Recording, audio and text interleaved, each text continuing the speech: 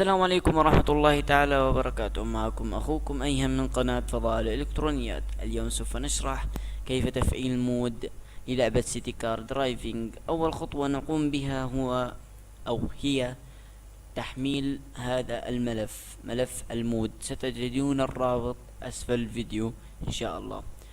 بعد ما نقوم بتحميل هذا الملف سيظهر بهذا الشكل. نقوم بفك ضغطه.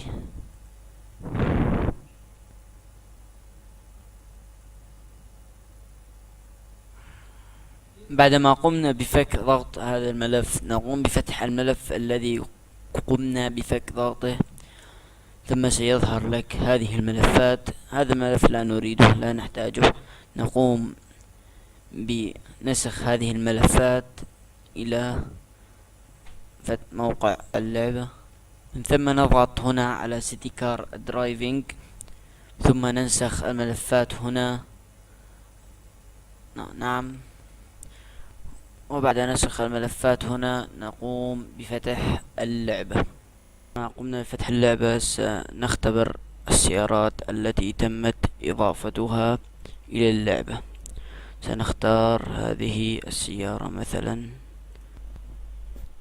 والآن سوف نقوم بتجربة السيارة لنتأكد أن المود يعمل بشكل صحيح ونظامي.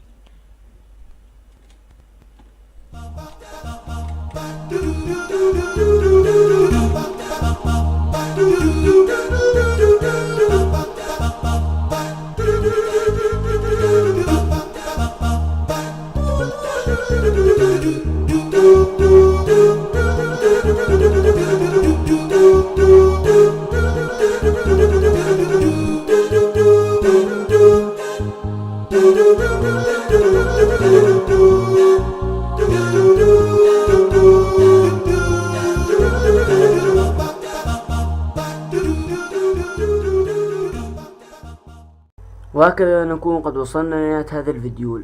إذا أعجبك الفيديو لا تنسى الاشتراك ولايك وتفعيل زر التنبيهات. والسلام عليكم ورحمة الله تعالى وبركاته.